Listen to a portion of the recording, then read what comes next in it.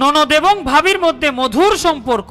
একদিন ননদের কিছু বান্ধবী তার বাড়িতে এসে বলল, কিরে তোর ভাবি তো অনেক ভালো, একেবারে বোনের মতো। তখন ননদ বলল, আরে বোন তো হয় ফুলের মতো আর ভাবি হয় পাথরের মতো। কথাটি শোনার পর ভাবি খুব কষ্ট পেল। ভাবি তখন মনে মনে ভাবতে লাগলো, আমি তো কখনো ননদের সাথে খারাপ ব্যবহার করিনি, তারপরেও আমি পাথরের মতো হয়ে গেলাম। কষ্ট পেয়ে ভাবি একা একা থাকতে শুরু করলো। একদিন ননদ বলল, ভাবি তোমার কি হয়েছে, কথা বলো না, হাসো না, একা একা থাকো। ভাবি তখন মন খারাপ করে বলল, তোমার সাথে আমি কি এমন করেছি আমি পাথরের মতো হয়ে গেলাম? ননদ তখন বলল, ভাবি তুমি আমার কথার মানেই বুঝোনি। ফুল খুব নরম হয় যা হালকা বাতাসেই পড়ে যায়, আর পাথর তো অনেক শক্ত হয়, অনেক ঝড় তুফানেও সে পড়ে যায় না। তুমি হচ্ছে সেই পাথর, তোমার জন্যই এই সংসার ভালোভাবে টিকে আছে। বোন তো একদিন ফুল ঝরে পড়ার মতো শ্বশুর বাড়িতে চলে যাবে, আর তুমি তো এই ঘরে জীবনের শেষ নিঃশ্বাস পর্যন্ত